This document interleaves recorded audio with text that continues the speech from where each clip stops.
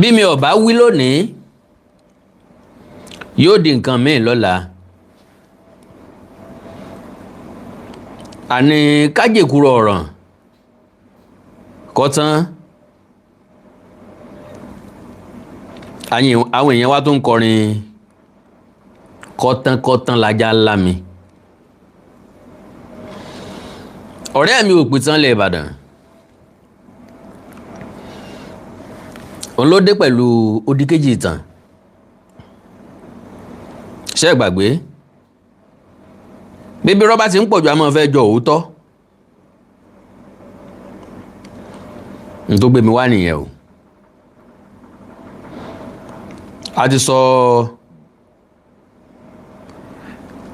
àwọn ìtàn kan sẹ́yìn èmi ò fẹ́ bèsì program mi lórí ìtàn but unfortunately bó olóòṣògùn kà mọ́ ẹni tí ó jẹ́wọ́ yóò mọ̀ béèrè gbọmọgbọmọ yóò mọ̀ béèrè lemọ́lemọ́. so kí lọ̀rẹ́ wa sọ màá pìlẹ̀ ẹ̀kọ́ ń kóló màá sọ̀rọ̀ díẹ̀ lórí ẹ̀ àtèmi àtẹ̀yìn ó sì lọ fi ẹ̀gbẹ́ lélẹ̀ láti máa múra fún ṣẹ́ ọ̀la. iṣẹ́ tèmi ò kò lásìkò sinmi ọlọ́run aláàánú nìkan ni máa ń fún ẹ̀dá ní sinmi àbẹ̀ ọlọ́run kó fún gbogbo wa ní sinmi. ìsinmi kan wá sí jó ìsinmi lẹ́yìn làálàálẹ̀ ayé yìí ta ló wá mọ̀ Ọ̀túnba Rafi Yusuf God bless you ta ló wá mọ̀ bóyá a sinmi lọ lẹ́yìn ikú káyé tanra wa kò sẹ́ni tó délé kan tó mọ bí ó ṣe rí. Having said that ṣé gbàgbé adájọ́ mọ́tàsí asọ̀rọ̀ mọ́yẹ̀ bọ́ bá sọ ní ẹja gbìyànjú ẹ̀ ẹja ń wá wọn ẹja wárú wọn. so now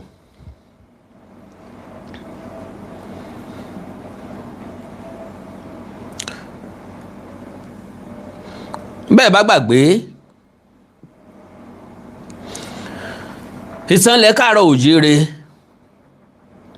ní bí oṣù díẹ̀ sẹ́yìn ó fa ìdàrúdàpọ̀ díẹ̀ ó dẹ̀ fa fàákájà lóríṣiríṣi ọ̀nà tó yẹ jẹ́ wípé àtàgbà àtọmọdé ńlọ jáde lórí ìtànlẹ̀ káàárọ̀ òjíire bí. àwọn pòfẹ́sọ̀ wọ́n dá sí láti tàmálẹ̀ sí ọ̀pọ̀lọpọ̀ nǹkan kò wá sẹ́ni tó sọ̀tàn tí ò rí sọ nínú gbogbo ilẹ̀ káàárọ̀ òjíire pátápátá lásìkò tá a drag ẹ̀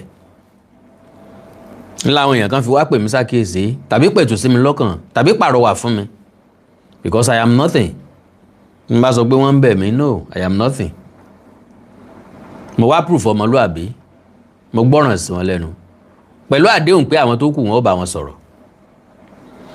nínú àwọn tí mo dárúkọ pé wọ́n dá gbogbo rògbòdìyàn ilẹ̀ ọ̀rẹ́ mi Opitan ilẹ̀ Ìbàdàn ó ń bẹ láàrin wọn torí pé ọ̀pọ̀lọpọ̀ nǹkan tó ṣẹlẹ̀ gan orí rẹ̀ ló ti wá ló ti bẹ̀rẹ̀ orí ẹ̀ ló ti wáyé. so a tún ọ̀pọ̀lọpọ̀ ọ̀rọ̀ ń gbà yẹn bẹ́ẹ̀ bá rántí dáadáa láàrin ọjọ́ bíi díẹ̀ òun stop tàn èmi stop tàn ṣùgbọ́n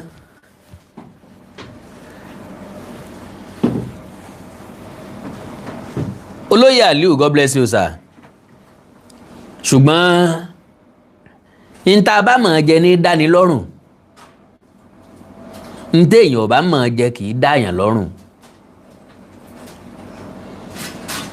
tí n tá a bá mọ̀ jẹ́ ọ̀bá sí ńlá fi jẹ́ n tá a bá rí n tí ọ̀rẹ́ wa mọ̀ jẹ́ òun náà nìtàn ìtàn tó sì rí jẹ́ ń bẹ̀ òun náà ni ìtàn Ọ̀yọ́. ìtàn Ọ̀yọ́ yìí náà sì ló ń dá wàhálà lẹ̀. ìtàn Ọ̀yọ́ lè pa títí lè fi rí Ọọ̀ni gẹ́gẹ́ bí abọrẹ̀. ìtàn Ọ̀yọ́ lè pa títí lè fi lọ́ọ̀ni ẹrú ni. àrólé àwọn kan ni wọ́n fi rólé Odùduwà Ìgbàdógójì èrò wájà. ìtàn Ọ̀yọ́ lè sọ títí tẹ́ẹ̀fi ní gbogbo ìlú pátápátá Ọ̀yọ́ ló ní. ìtàn Ọ̀yọ́ lè sọ títí tẹ́ẹ̀fi lọ́ba Ọ̀yọ́ lọ́la dé Ọ̀yọ́ lọ́ba. gbogbo ń tẹ́ẹ̀sì wí pátápátá náà la padà wá bá yín wípé gbogbo ẹni ò rí bẹ́ẹ̀ ọ̀pọ̀lọpọ̀ nínú ẹni ò rí bẹ́ẹ̀. ṣùgbọ́n ṣé ẹ mọ̀ wípé béèyàn bá ti ya àríjẹ nídìí mọ̀dàrú kò ní gbàdúrà kí àlàáfíà ó wà. ọ̀rẹ́ wa tún padà sórí ìtàn bó bá jèmi ni kí n tiẹ̀ tó wá padà sórí ìtàn Ọ̀yọ́ nkọ̀kọ́ sọ̀tàn Ẹ̀gbá ńlọ Ìjẹ̀bú ńlọ Òkè Ògùn ń wá sí Oǹdó ìlú Èkìtì kí n tó tún padà sórí ìtàn Ọ̀yọ́. lo and behold n tí wọ́n sì tún padà gbọ́ ni wípé ọ̀rẹ́ mi bẹ̀rẹ̀ ìtàn Ọ̀yọ́ Empire bẹ́yìn ò bá gbàgbé ẹ̀yin ìyá àti bàbá tó bí wa gbogbo alájọ fẹ́nu kò wípé Empire ti ṣubú Empire ti tán Empire ti parẹ́ ìgbà ọ̀tun ló kù tí Ọ̀yọ́ gbọ́dọ̀ gùn lé. a sọ̀rọ̀ nípa àgọ́ Ọ̀já bí Ọ̀yọ́ ṣe figi gójú olóore tán fi bi sólóore tán gbàlú máwọn onílù lọ́wọ́ tán gbalẹ̀ máwọn onílẹ̀ lọ́wọ́. mo rántí pé gbogbo ẹ̀ pátápátá la discuss. now ká wá dúpẹ́ lọ́wọ́ Ọlọ́run pé àti ọ̀gbẹ́ni Opitan yìí àti àwa pẹ̀lú àwọn èèyàn mẹ́rin Ọlọ́run ó bá dá wa sí the same generation because oore ọ̀fẹ́ ńlá ni kéèyàn wà ní generation bí tẹ́nìkan ti lè parọ́ tẹ́nìkan ti lè já. kò ní dá kọjá generation téèyàn ti lè parọ́ táwọn èèyàn tí ó gbọ́ tàbí àwọn èèyàn tí ó wò tí wọ́n sọ pé òótọ́ ní sọ torí pé wọn ò mọ̀ torí pé kò yé wọn torí pé wọn ò sí ń bẹ̀. so kádúpẹ́ olórí àdá tí wọ́n pé olórí àdá rèrè àrè lọ́wọ́ Ọlọ́run tó pín wa sí the same generation. now kí lọ̀rẹ́ mi sọ nígbà tí ń sọ̀tàn ó fẹ́ sọ̀tàn Àtìbà ó ní ìyá Àtìbà kìí ṣe ẹrú bí àwa òpùrọ́ kan ṣe sọ gẹ́gẹ́ bó ṣe lò ó nìyẹn báwọn òpùrọ́ onítàn kan ṣe gbọ́n ṣe sọ. èmi wá fẹ́ establish ẹ̀ pé ẹrú nìyá Àtìbà and mo ní advice fún Ọ̀yọ́ àwọn àgbààgbà Ọ̀yọ́ pẹ̀lú Aláàfin ẹ lọ jókòó láti ṣàtúnṣe nǹkan ẹyọ kan ẹ lọ ṣàtúnṣe àti ọjọ́ tí Abíọ́dún Adégolú jáde láyé ẹni Abíọ́dún Adégolú jáde ní 1789 ẹni wọ́n bí Àtìbà ní 1800 that is 11 years interval. okay now ọ̀rẹ́ mi ní ọ̀pọ̀lọpọ̀ ni wọ́n sọ pé ó yẹ kíran Yorùbá ràn káàárọ̀ oòjíire ká ní ìtàn kan tí ó portray ẹ̀yà wa ó wá ní àwọn ìwé. ok ó ti padà wá.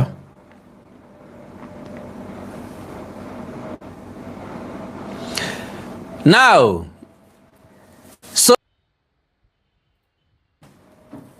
it's just to drop it tonight so ìwọ̀n bẹ́ẹ̀ yín ìyá àti bàbá mi ẹ̀gbọ́n mi tẹ́ bá wọlé ẹ bá mi pín program yẹn ẹ jẹ́ kó rìn díẹ̀ God bless you gbogbo nǹkan tá à ń ṣe tó dìran tí ń bọ̀ lẹ́yìn ni.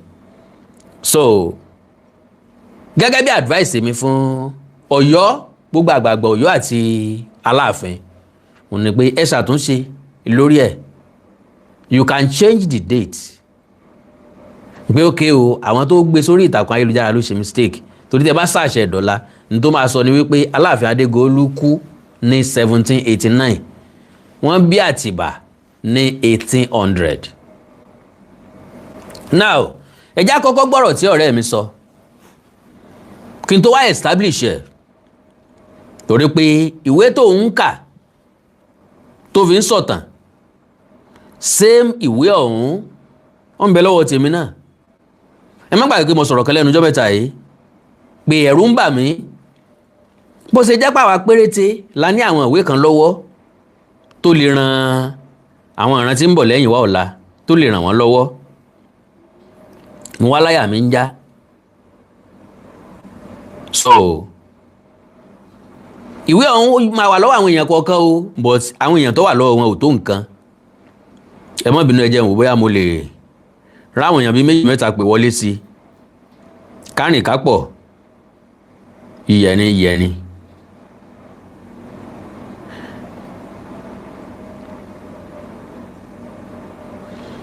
Kárìn kápọ̀ ìyẹni. So kéèyàn máa parọ́ kó máa sọ confidently, kó máa sọ bí ẹni pé n tóun bá ti sọ nìkan ni original, ntáwọn tó kù bá sọ kò sọ̀rọ̀ ńbẹ̀, aláàlọ́ lẹ̀ ń pa. Ẹ bá mi táàgì ẹ̀yin tẹ́ bá wọn ṣe wọ́n ń táàgì èèyàn o. Ìgbà náà sọ pé Awikonko kan dé pẹ̀lú wàhálà, ọ̀rọ̀ wàhálà kọ́ lélẹ̀ o, ọ̀rọ̀ kábàárà sòótọ́ ọ̀rọ̀ ni o.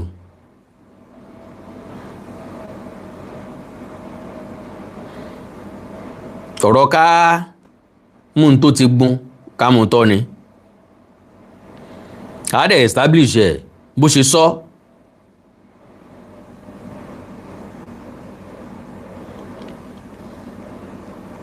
Èmi àtẹ̀yìn ọ̀dẹ̀ jọ rí i pé kò sí ní tó wà malicious nínú ní tí mo fẹ́ sọ tàbí ní tí mo fẹ́ ṣe. Sorry, okay. Now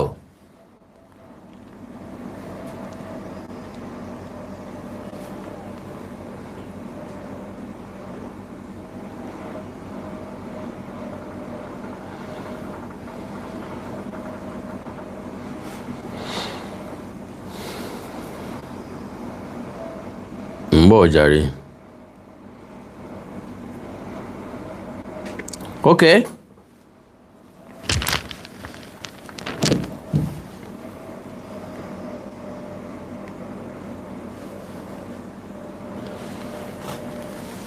Jagunjagun làwọn Aláàfin.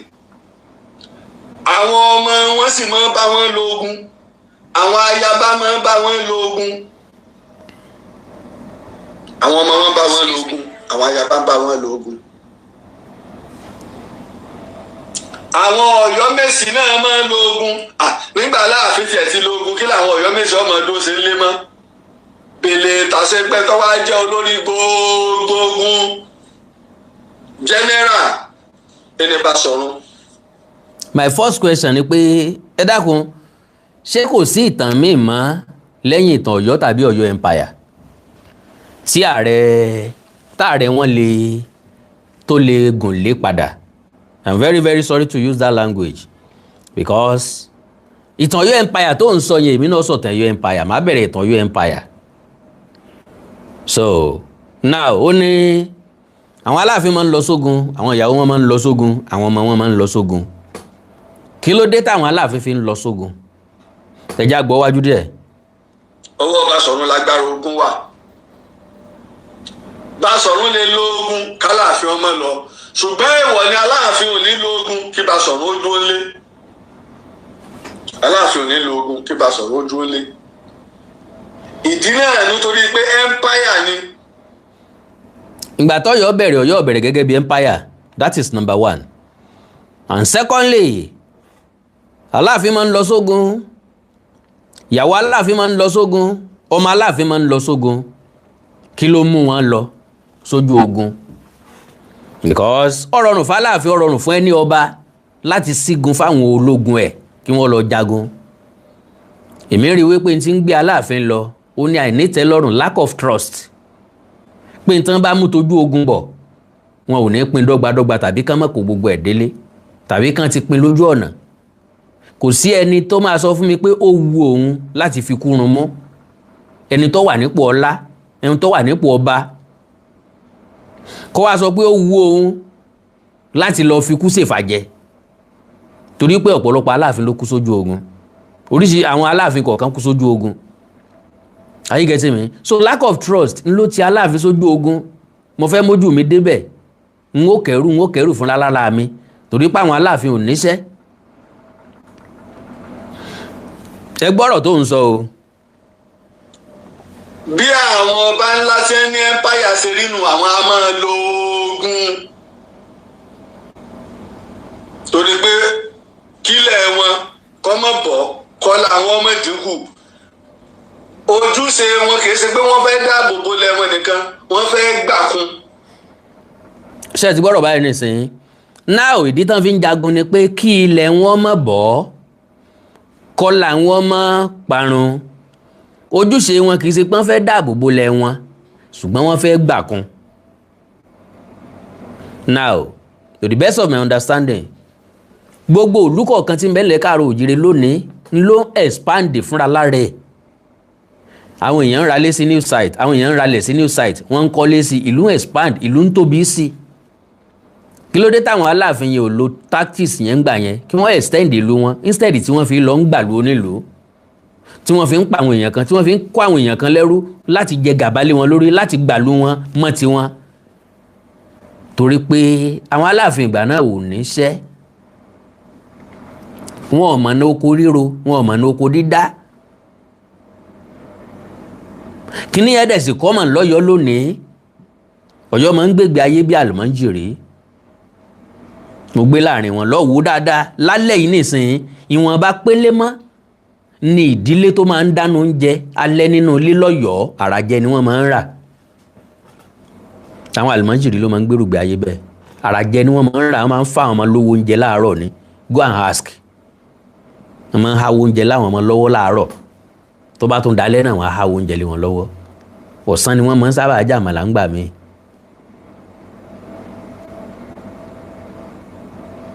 So now, ó tún tóbi ju bó ṣe wà lọ. Kí lẹ̀ ń ó tóbi ju bó ṣe wà lọ?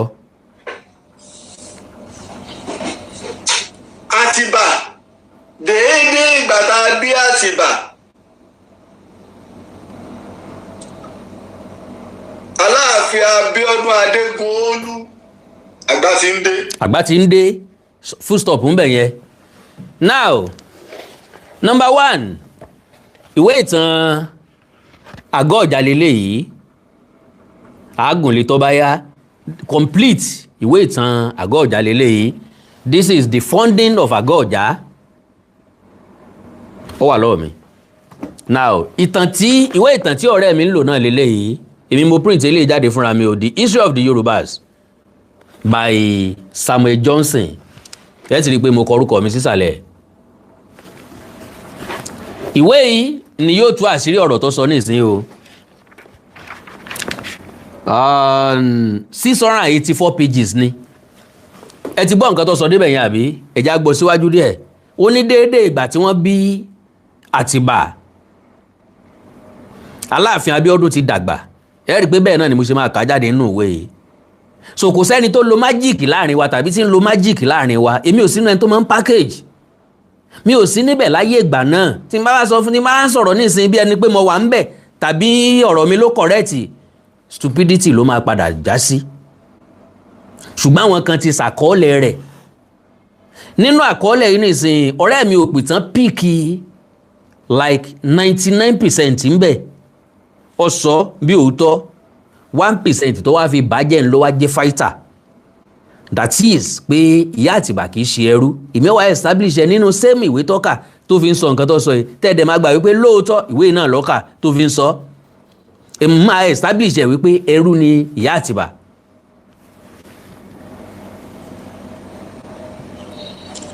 Ìyá rẹ̀ ṣẹrú. Ẹ gbọ́. Bí àwọn òpùrọ́ Òpìtàn kan ṣe sọ. No.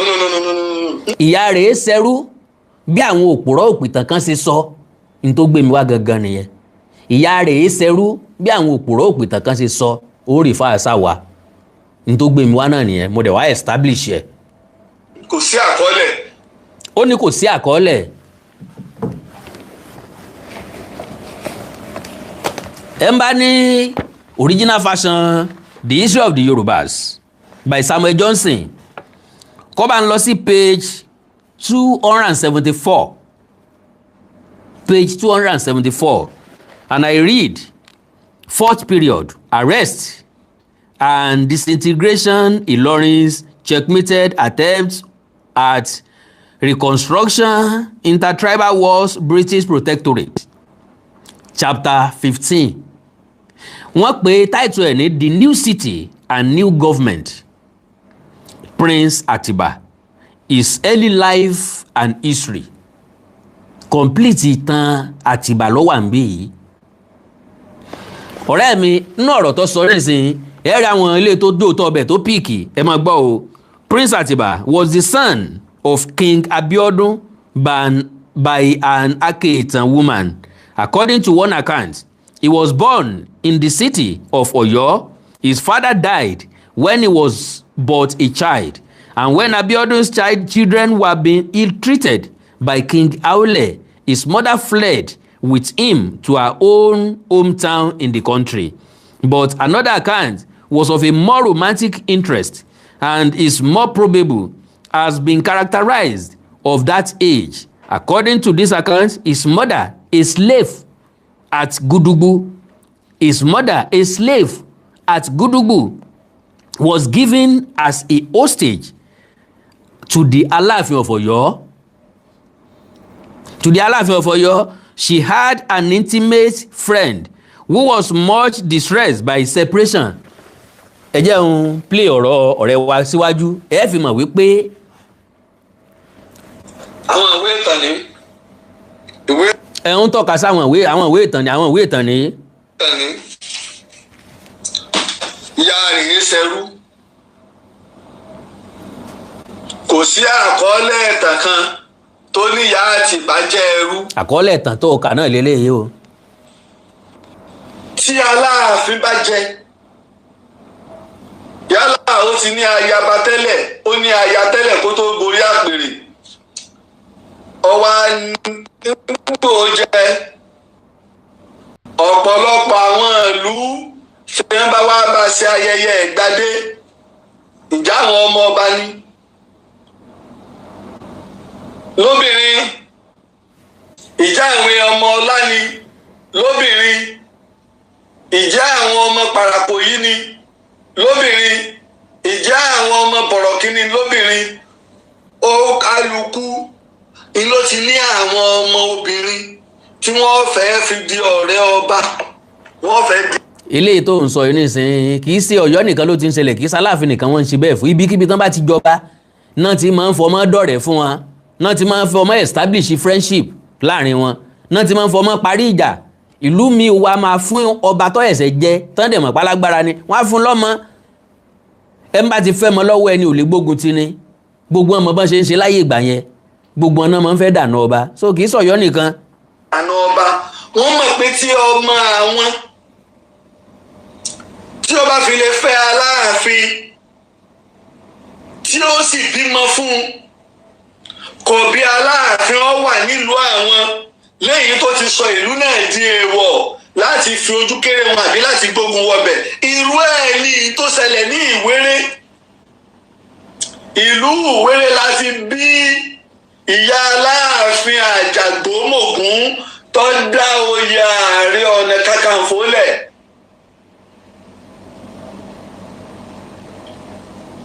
Irú ẹ̀ náà ló wá ṣẹlẹ̀ ní Àkéètán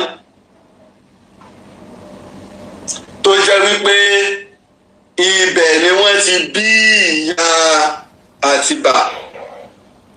God bless you, sir. God bless you. Wọ́n fún Aláàfin Abíọ́dún Adégoolú ni. Ọlọ́run fún Aláàfin Abíọ́dún Adégoolú ni. Wọ́n fún Aláàfin Abíọ́dún Adégoolú. Ìdí inú tọ́rẹ̀ rẹ̀ fi wá lọ tí ọba wa jẹ́ ẹrú ọ̀rẹ́ rẹ̀ àtìgbà èwe tó fi wá lọ sí ààfin lọ́dún Aláàfin Abíọ́dún Adégoolú sí ẹrú nídẹ̀wò. Now ọ̀rọ̀ tó sọ yìí ẹ jẹ́ n kọ́kọ́ kà jáde fún yín kí n wá explain nǹkan tó ṣẹlẹ̀ gangan.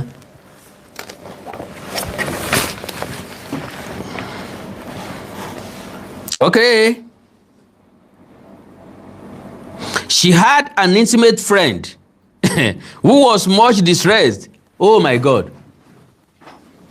Orí ẹ pé o ti prepare iná ìdí ẹ̀. Ìwọ náà ti mọ̀ pé wọ́n pa á. Ọ̀sọ́gbọ́n ta lè dá sí. Okay. Okay. Marika. Kí ẹ máa tọ́nà kejì. Okay. Ẹ máa gbọ́ o. Ó sọ̀rọ̀ nísìnyí wípé ọ̀rẹ́ ìyá Àtìbà pé ó wá sí ọ̀dọ̀ Aláàfin. Èmi náà ti sọ́rí. Now pé ká ní ẹrú ni kò ní guts láti wá máa sọ bó ṣe ṣẹlẹ̀ ń tó ṣẹlẹ̀ ń bẹ̀ bọ̀ ẹja gbọ́ ẹ rí i pé inú ìwé náà ló náà ti píìkì ẹ̀. So now wọ́n sọ̀rọ̀ nípa ìyá Àtìbà tó jẹ́ ẹrú o. She had an intimate friend who was much distressed by this separation. After 8 or 10 weary months, she was resolved at all cost to go up to the city to visit a friend with whom she had been associated from childhood. Ọ̀rẹ́ ni wọ́n láti ìgbà èwe. Ńgbà tí wọ́n mú lẹ́rú sí gúdúgbò ni wọ́n ìtọrẹ fún Aláàfin. Wọ́n mú lẹ́rú síbẹ̀. Ẹrú ni wọ́n wá fi tọrẹ ni kì í ṣe pé ó níyà ń bẹ̀ kò ní bàbá ń bẹ̀. Okay, so the Gudugbu hostage was too insignificant to be noticed among the crowd of women in the king's harem until this strange visit of a friend drew the king's attention to her. The visitor from the country, loitering within the precincts of the palace, was asking all whom she saw coming from the women's quarters to call her Eni Olufon, one of the king's wives, but no one knew who that was. At length, King Abiodun was told that a woman from the country was asking for one of his wives, and this unusual incident aroused the king's curiosity. The Gudugbu woman was called to his presence to state the object of her visit. Kí ló ń wá arábìnrin, kí ló wá débí yìí? Ìyẹn ló sọ fún ọ wípé ọ̀rẹ́ òun kan táwọn jọjọ́ rẹ̀ ìmúmu láti bẹ̀rẹ̀ ayé àwọn wá ń lò ń wá. Pé òun sì gbọ́ pé inú àwọn ayaba ló wà. Ókè o, ó sì lórí láyà ọwọ́ àyàn wá sọ́dọ̀ èmi Aláàfin. Ó ní bẹ́ẹ̀ ni bàbá. Ẹ̀rù ò bà ọ́ pé kí n mú wọn náà bó ṣe wà yìí kí n sọ́ọ̀dì kan nú àwọn ààyò kí n sọ́ọ̀dì kan nú àwọn ìyàwó mi. Ó lélẹ́yìn Ìbàdàn eléyìn ọmọ fóun lórí ọ̀fẹ́ láti máa rí ọ̀rẹ́ òun nígbà gbogbo torí láti gbà tó ti lọ inú òun òdú ọkàn òun ọ̀balẹ̀ ṣe ló ń ká ṣíṣíó káàkiri. Ọ̀dà káwá ní òun ò tiẹ̀ fi ọ̀sẹ̀ ìyàwó mo wá pa ọ́ ń kọ́ ó ní ajẹ́ pé kú ọ̀rẹ́ lòun kú. Ìyẹn fún Aláàfin Abíọ́dún ní grace and opportunity láti fa àwọn méjèèjì léra wọn kán máa lọ sínú ìlú wọn padà. Ńgbà tó wà nínú oyún ìgbà yẹn l'Aláàfin Abíọ́dún ṣẹ̀ṣẹ̀ bẹ̀rẹ̀ sí ní báyàwó ẹ̀ ló bẹ̀rẹ̀ ní bá dàpọ̀ kó tó di pé ẹ̀ṣẹ̀ wá lóyún Àtìbà. So now, okay, she replied, and I quote, "May your majesty live long. The young woman from Gudugbu given as a hostage was my bosom friend." What is hostage? Ẹni tẹ́ ẹ mú lójú ogun ni ìkógun lára àwọn ẹrú tẹ́ ẹ mú lójú ogun náà pè ní hostage ìgbèkùn. Ọ̀rẹ́ wa dẹ̀ fẹ́ proof ẹ̀ wípé ìyá Àtìbà kì í ṣe ẹrú. No! Àwọn kankan bẹ tẹ́ ẹ lè change tẹ́ ẹ gbọ́dọ̀ change torí òní kọ́ torí ọ̀la ni. Yorùbá ní lóòótọ́ tá a bá ka ẹrú inú ẹrú ó bàjẹ́ ṣùgbọ́n kádàrá ti pín bẹ́ẹ̀. So àwọn nǹkan tí ò nídìí là ń argue lé lórí kò make sense. Àwọn nǹkan tí ò nídìí lọ̀rẹ́ wá fẹ́ establish nígbà. Torí pé ẹni tí yóò sọ òótọ́ di irọ́ yóò jagun ẹnu. Ẹni tí yóò sọ ọ̀rọ̀ dòótọ́ náà yóò jagun ẹnu. Bí bá wa ń parọ́ tá bá wá ń gbé lẹ́sẹ̀ tàbí tá bá mọ́wọ́ lẹ́rán Ọlọ́run fi bí wá. Kennedy in tó ní lọ́wọ́ èmi náà ní lọ́wọ́. Ni mo fi sọ fún jò ní pé aṣọ tálejò rẹ̀ wọ̀ tí ń sọ jìká onílé ní lílò tí ìkan ni. Tí ń fẹ́gẹ̀ tí ń pariwo nǹkan ẹ jẹ́ kó nìṣó lórí ìtàn empire ẹ̀ èmi náà gùn lé Ọ̀yọ́ empire kájọ máa sọ kó wọn máa sọ gbọ̀ tó kémi náà sọ gbòsì kò lè jiyàn tọ̀dọ̀ mi bí èmi náà ṣe lè jiyàn tọ̀dọ̀ ẹ̀ ṣùgbọ́n ẹni tí ó jogún kógún lòun ìtànkítàn ni ó pa eléyìí tí ó gbé Ọ̀yọ́ lẹ́sẹ̀ ló wọ́n sọ bó ní bá ṣe dùn tó ká lè sọ true ìtàn tírandiran wa máa bá lẹ́yìn ìwọ́ ọ̀la àwọn kan ti manipulate ìtàn káwo tó dáyé àpàtọ́ yẹ ká correct ẹ̀ náà la tó manipulate ẹ̀ sí i ẹrú ni Ìyá Àtìbà ìgbèkùn ni. Okay.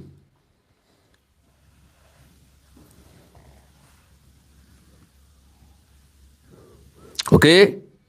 The young woman, okay, she replied, may your life be long. The young woman from Gudugu given as a hostage was my bosom friend, and for the past 8 months or more, I have had no one to talk to. Kò sí alábàárò, kò sí alájọsọ, and hence I was resolved to visit her. Mo pa kìtì mọ́lẹ̀, mo gbé kùtì, mo gbé kùtà, mo wá ní kí n wá wá. The king then said to her, and I quote, are you not afraid to come here and to acquire for my wife? Suppose I add yourself to the harem or kill you or sell you. Ká ní mo mú wọ náà tí mo dà ọ́ pọ̀ máwọn ìyàwó, àbí mo pa ọ́, àbí mo tà wọ́ náà lẹ́rú. Wọ́n mọ̀júṣẹ́ tán, àwọn Aláàfin wọn mọ̀júṣẹ́ bẹ́ẹ̀ lọ, kán kóyàn, kán tà lẹ́rú. So she replied, and I quote, for my friend's sake, I am prepared to undergo any treatment. And if your majesty make a wife of me, I shall be happy, as my friend and I will see each other every day.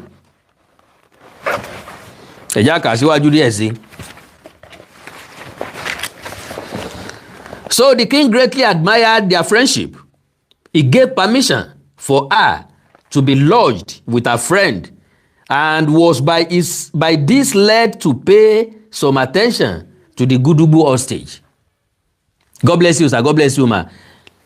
Lórí ọ̀rọ̀ tí ọ̀rẹ́ Ìyá Àtìbà sọ yìí, ìyẹn àti ìgbà yẹn ni Abíọ́dún ẹ̀sẹ̀ bẹ̀rẹ̀ sí ní súnmọ́ ẹni tán pè ní Ìyá Àtìbà yìí, because obìnrin pọ̀ nínú àgbàlá ẹ̀. Wọ́n kàn fojú kòkòrò fẹ́ wọn ní.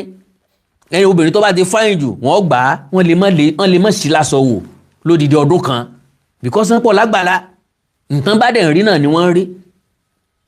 Aláàfin dẹ̀ kọjá ẹni tó obìnrin kan máa yídi lọ wájú ẹ̀ tí ó máa yídi bọ̀, so ti rójú olóró ńbò ló ti yídi gan.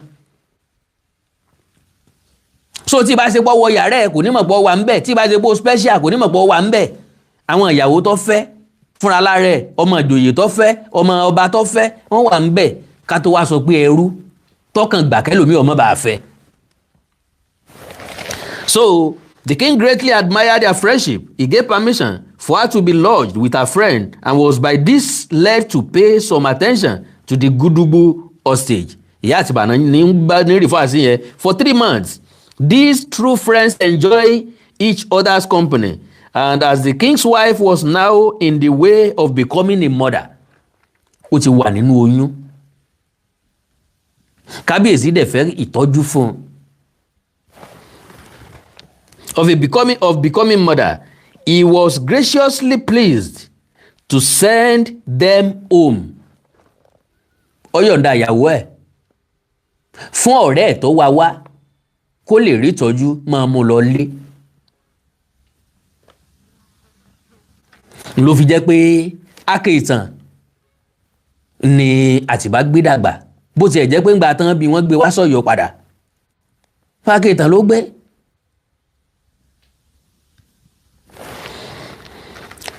Okay, sent for both. Okay, graciously pleased to send them home. He sent for both of them one morning, and after a few approbatory remarks on their friendship, he loaded them with presents and said to his wife's friend, and I quote, I am sending your friend home with you in order that you may not fail to have someone to unbosom your mind to as hitherto. I make you both my deputy for that part of the country.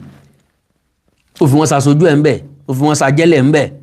So respect ti wà fún ọ̀rẹ́ yẹn, because courage yẹn kò common láyé ìgbà náà pé èèyàn kan lè fẹ̀mí lakú nítorí ọ̀rẹ́ ní ìsìn kọ́ o àwọn ọ̀rẹ́ tí wọ́n fa ọ̀rẹ́ sí tí wọ́n fa ọ̀rẹ́ wọn sẹ́nu kú ńlọ́pọ̀ ní ìsìn o pé ìmùlẹ̀ ọ̀rẹ́ lélẹ̀ o ẹ má jà yà wọ́n bó ti wù kọ́ bá rorò tó omi àánú náà máa ń bẹ lójú wọn ọ̀rẹ́ mi tó parọ́ ló gbé mi wálé ni o so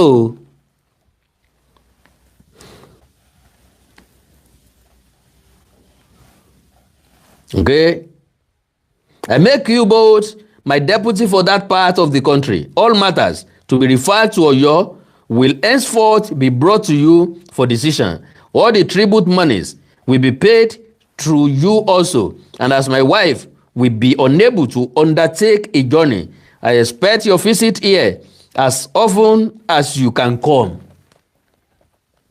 Ìyàwó mi ńgbà tó ti wà ní oyún, ńgbà tó bá balẹ̀ dẹ́dẹ́ jù báyìí lọ kò ní lè máa rìn. Ìwọ lè máa jábọ̀ fún mi bó lára rẹ̀ ṣe rí bó lára rẹ̀ ṣe lè kí ni tẹ́ ẹ fẹ́ ń bò lẹ́ bá dé ipò wo ló wà wọ́n máa retí láti máa rí ohun gbogbo gbà lóòrèkóòrè. With this instruction he dismissed them and sent several eunuchs and Ilaris with them as escort and to commend them formally to the care and protection of the Baale of Gudugbu. Both these women returned to Gudugbu in quite a different capacity from that in which they left it. Èyí ìyàwó ó kúrò ńbẹ̀ gẹ́gẹ́ bí ẹrú. Ó padà gẹ́gẹ́ bí aṣojú Aláàfin. Ẹ̀sán sákọ́lẹ̀ fọlọ́yọ̀ láti bẹ̀hùn àwọn ni ó gbà á. Àwọn kan ń jà ẹ fẹ́ kó lọ sọ́dọ̀ Ọlọ́yọ̀ àwọn ni ó bá yín parí ẹ̀ láti bẹ̀hùn. Owó tí ń wọlé fáwọn gan ọ̀pọ̀ láàyè ọ̀tọ̀. Ọ̀pọ̀ láàyè ọ̀tọ̀. God bless you sir, God bless you ma. So both these women returned to Gudugbu in quite they left it. The little town was all astir on their arrival, and many were the private murmurs against Eniolufan's friend for the heavy responsibilities she had brought upon them. Wọ́n believe pé mímú ìyàwó Aláàfin wá sáàrin àwọn wàhálà àti ìjàngbọ̀n ló máa dá sáwọn lọ́rùn. Great difference, however, was paid to them both, and they became practically the supreme rulers and judges of that district. The king's wife in course of time gave birth to a son who was named Atiba. Her friend also, who was a married woman, gave birth to a son named Onípẹ̀dé. Ṣé ìgbàgbé ìtàn Onípẹ̀dé tá a sọ? Torí Àtìbà ń gbà tí ẹṣin rẹ̀ kán lẹ́sẹ̀ lójú ogun tó kọjá lẹ́gbẹ̀ẹ́ Àtìbà tí ò dúró gbé Àtìbà. Ọ̀rẹ́ làwọn ìyá àwọn méjèèjì. Ọ̀rẹ́ ìmùlẹ̀ làwọn méjèèjì láti kékeré. Ńgbà wọ́n dàgbà tán lágbára gùn wọ́n tí wọ́n fẹ́ ṣe tara wọn mọ́ tán dalẹ̀ ara wọn.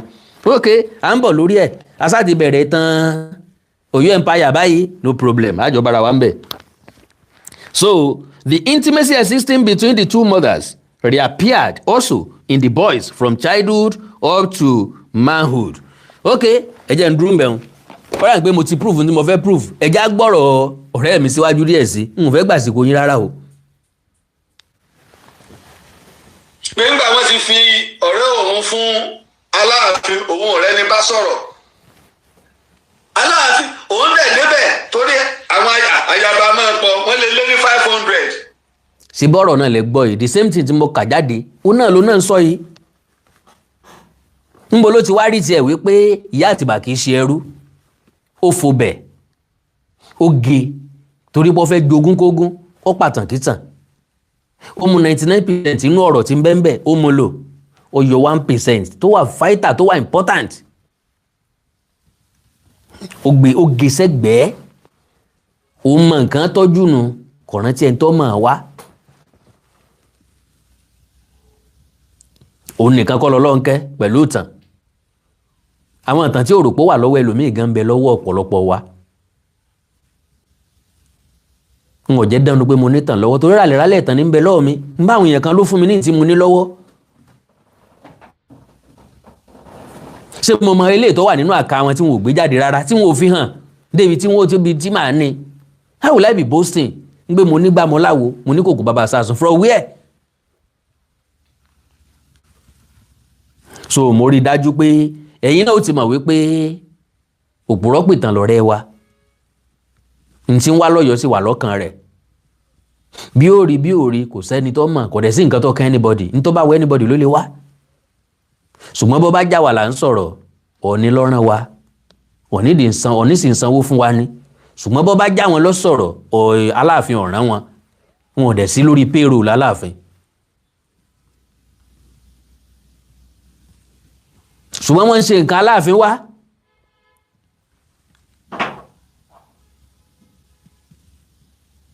èmi ń ṣe nǹkan director of media Ọ̀ọ̀ni wábẹ̀ ariwo gbariwo gboko òkìkí kan gbogbo àdúgbò wọ́n bẹ̀rẹ̀ sí gbé picture káàkiri orí social media wọ́n lọ tán ṣe báwọn sọ Ọ̀ọ̀ni ní ránṣẹ́ sọ́ọ̀dì lọ́rùn mi wá lélẹ̀ náà pé ká wá táṣìírí irọ́ tí ọ̀rẹ́ wa òpùrọ́ pìtàn pa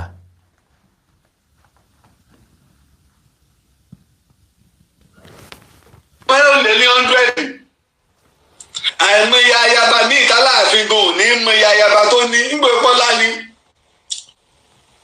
òun ti wá wà ń bẹ̀ tipẹ́ tàláàfin àyà Abíọ́dún ti ẹ̀mọ̀ pé yẹn ń bẹ̀ obìnrin ọ̀rẹ́ wa ń pariwo ọ̀rẹ́ rẹ̀ God bless you sir. làwọn èèyàn bá wá gbọ́ ní ẹ bá mú ní ẹ bá lọ bá Aláàfin Abíọ́dún Adégbólú gbé lọ́ bá ní ọlọ́mú wa kí ló dé lọ́ bá ṣàlàyé Aláàfin Abíọ́dún ní ó ò tí ẹ̀ bẹ̀rù pé kí n pa oníkẹ́ ẹ bá pa mí a jẹ́ pé ikú ọ̀rẹ́ mi ló pa mí òun ọ̀dàlẹ̀ ọ̀rẹ́ ni ọkàn jáwọnú ká ọba ó ò tí ẹ̀ bẹ̀rù tí bá dà ọ̀pọ̀ sí ìjẹ́wọ̀ náà lọ́mọ tí mo sọ ọ́ da yaba ń bẹ̀ ní àyùn gan ni ọ̀dà ju ilé máa rọ́rẹ́ mi lójoojúmọ́ ni o. So kí wàá ló special ń bẹ̀ the same thing tó ń sọ yìí ni mo kà jáde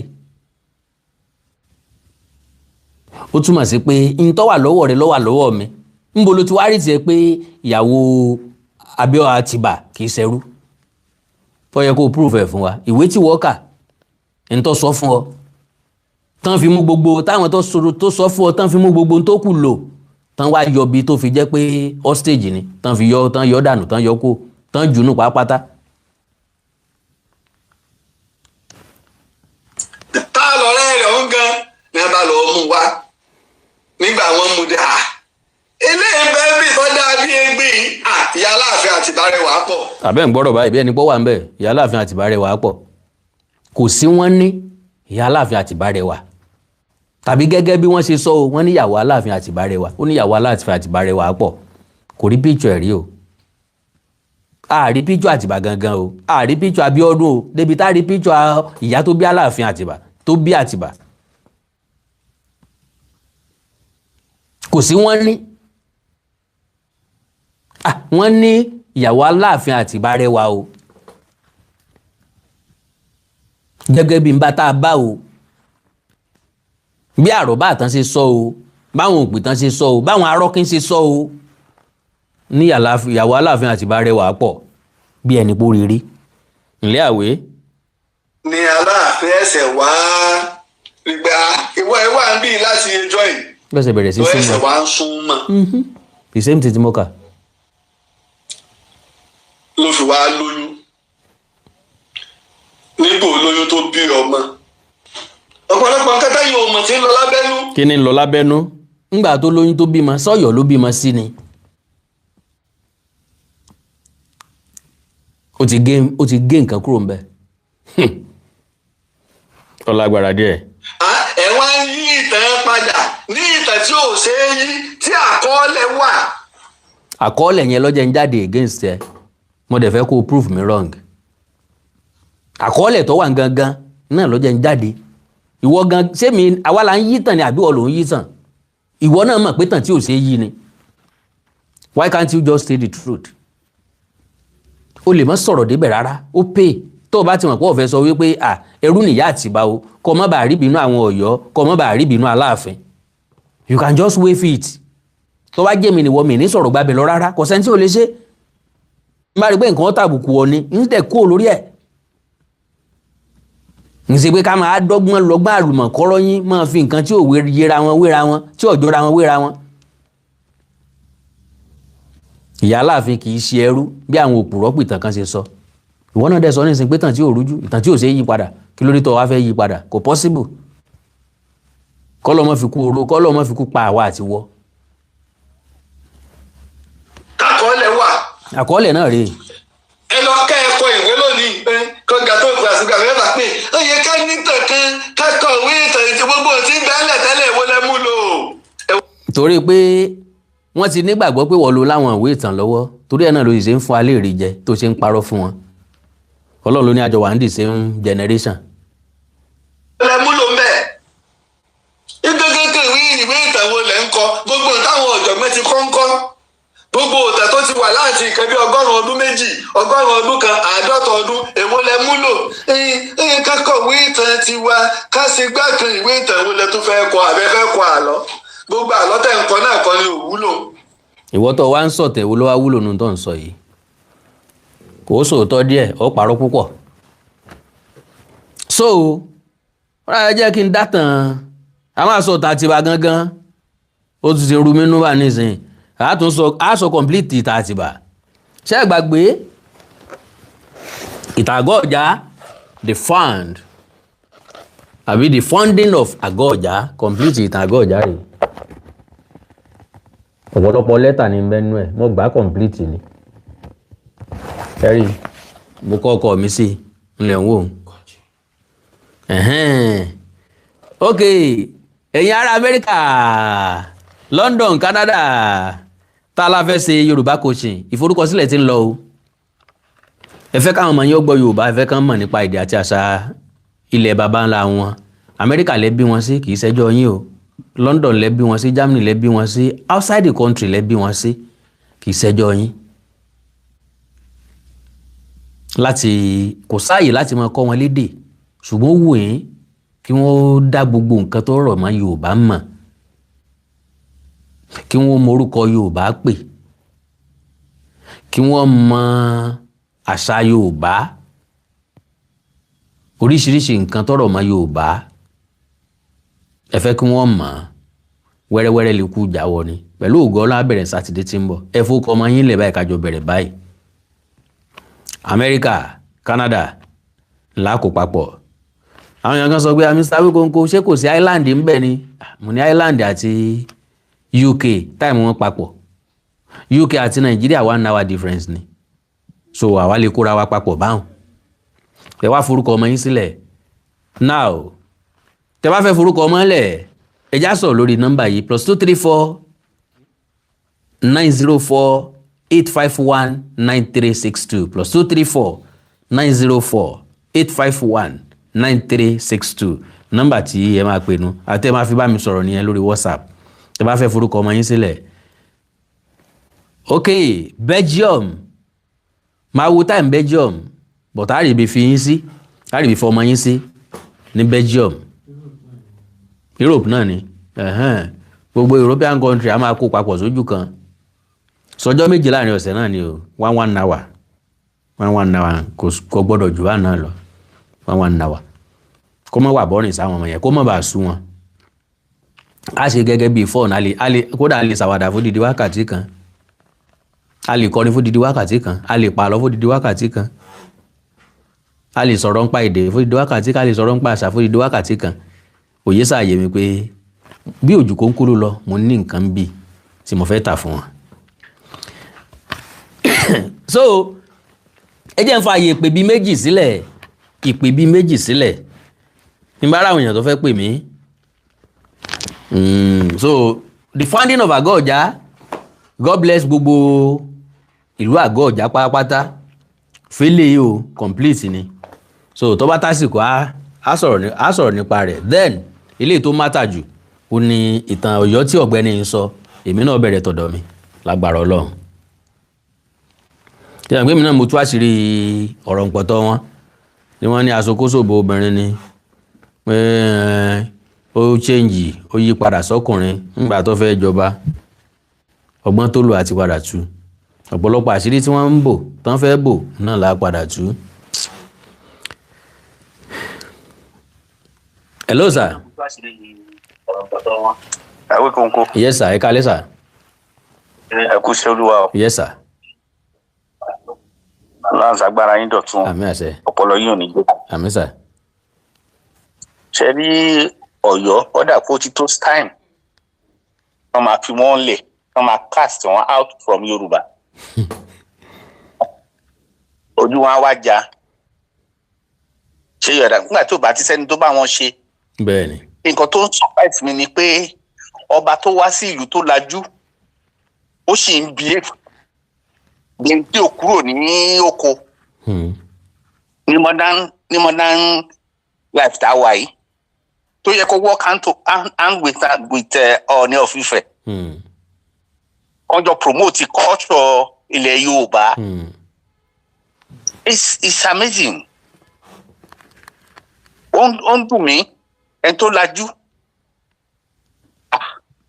Ọlọ́run o Ọlọ́run bá túlẹ̀ Yorùbá ṣe o. Àmín sir, God bless you daddy. Ọ̀dà ó ti ń tó time kó fi Ọ̀yọ́ nìkan lẹ̀ kó máa dá ṣe igbó ẹ̀. Àwa Yorùbá tó kù ká unite kò jẹ́ dídán ká bá wọn ṣe. Bẹ́ẹ̀ni that sir. is it. Bẹ́ẹ̀ni sir. God bless you. Ó dàrọ̀ sir, yes sir.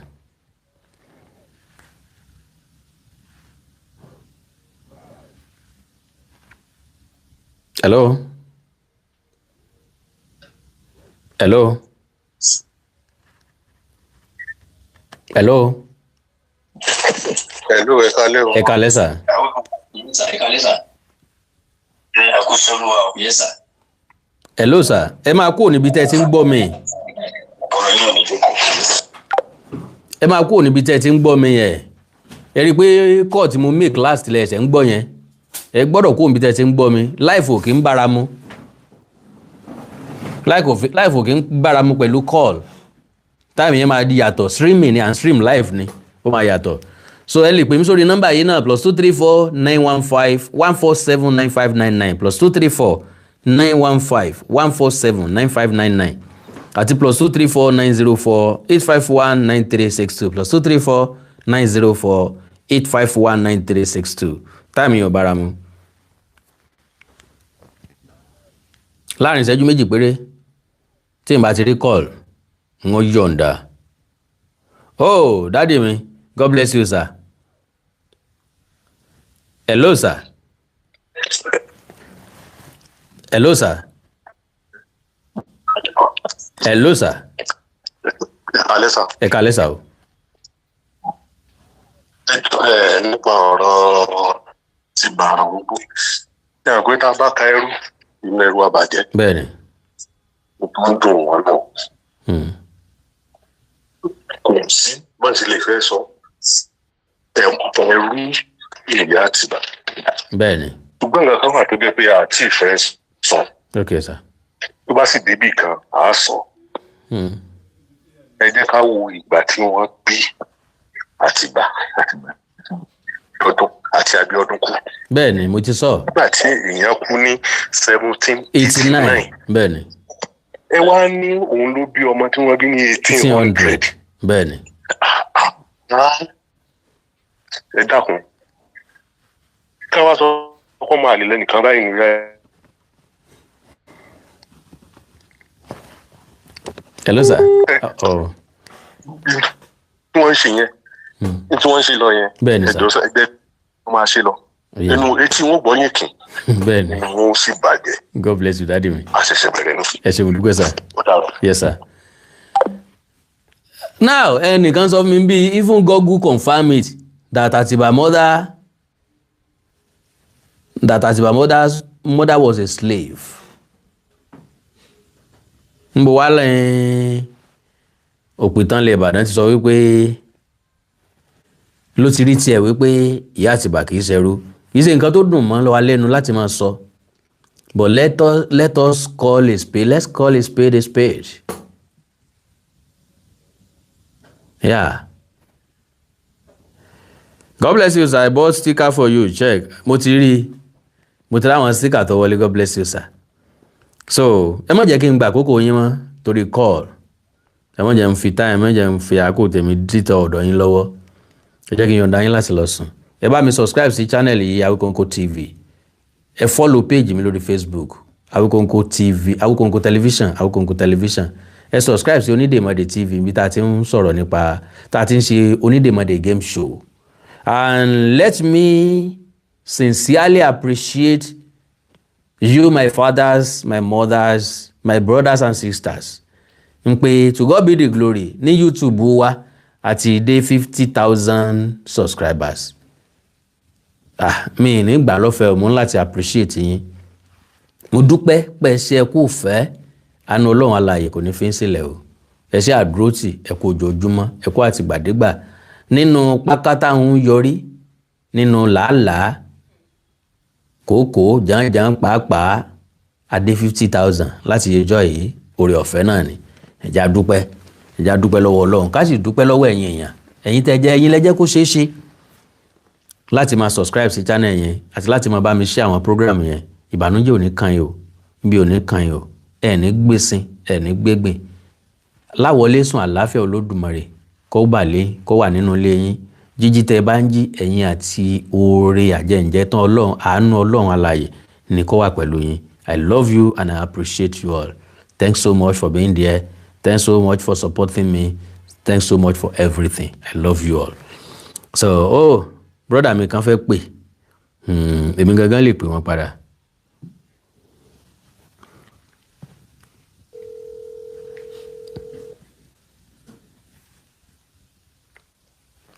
Awikonko. Ẹ káalẹ́ sà. Ẹ káalẹ́ o. Yes sir. Ẹ kú ètò. Àwa ni sà. Má bínú mo kọ́ mi late o. Yeah, not at all. Ọ̀rọ̀ òpùrọ̀ Ìbàdàn bẹ́ẹ̀ ṣe sọ. Bẹ́ẹ̀ni. Pé nísìnyí wọn ò kówó fóun. Bẹ́ẹ̀ni. Ṣùgbọ́n ẹ̀yin náà ń kówó fún. Èmi ni o tí n bá ti sọ nǹkan báyìí wọ́n ti fún mi lówó ni. Pẹ̀lú ògo Ọlọ́run àdúrà náà ń gbà fún yín. Bẹ́ẹ̀ni. Gbogbo ọ̀rọ̀ tẹ́ bá sọ á máa jẹ́ sówó ni. Àmín o. Àmín. Ọ̀rọ̀ tẹ́ bá sọ nítorí pé kí ni lórí òótọ́ tí ẹ dúró lé. Bẹ́ẹ̀ni sà. Pẹ̀lú àṣẹ Ọlọ́run lógo Ọlọ́run gbogbo ohun tẹ́ bá sọ á máa jẹ́ sówó ni. Àmín àṣẹ o. God bless you sir. Endorsement oríṣiríṣi Ọlọ́run á máa fi fún yín. Àmín àṣẹ. God bless you sir. Ẹ jẹ́ kó máa parọ́ wọn lọ. Ó yé mi sà. àṣírí kó ní pé ayé 1970 lọ́rọ̀ pa ìwà. Bẹ́ẹ̀ni. Ayé ti yí padà síta ayé àtijọ́ ayé jet age eléyìí tiẹ̀ ti kúrò ayé kí lórúkọ ẹ̀ la wà yìí sì yìí ayé supersonic lélẹ́yìí. ayé AI bẹ́ẹ̀ni sà. Lẹ́sẹ̀kẹsẹ̀ irọ́ tó bá pa ń sìn wọ́n á lọ sí Google wọ́n á lọ sí DID wọ́n á ṣẹ́kì gbogbo ẹ̀ wò àdá fún yín. Gemini. ṣé ìmọ̀ràn Ìbàdàn gbogbo ìmọ̀ràn Ìbàdàn kò mọ yẹn ni kò mọ̀ pé gbogbo òfòwò náà máa lọ check out ni. Bẹ́ẹ̀ni. Ó rò pé gbogbo èèyàn ló no ẹ má jẹ débẹ̀ yẹn. Ó rò pé gbogbo èèyàn ló dàbí Òun ni. Wà kàn wò pé òkè jẹ́ kí n sọ nǹkan tó máa ìwọ kan tó ti sọ oríṣiríṣi nǹkan. Tó ti favour ọ̀fẹ́ against Ọ̀yọ́. Tó ti fi favour against Ọ̀yọ́. All of a sudden odò lóbìrí po yíbírí oníbẹ̀ẹ̀kọ́ ló ti rí. Oníbẹ̀ẹ̀kọ́ kò tó rí bẹ́ẹ̀ mọ́ báyìí ló ṣe wá rí sí mi o. Wọ́n fún ẹ ní Canadian dollar gan ti tán. Ó kì í ń gba Canadian dollar. Canadian dollar ti tán.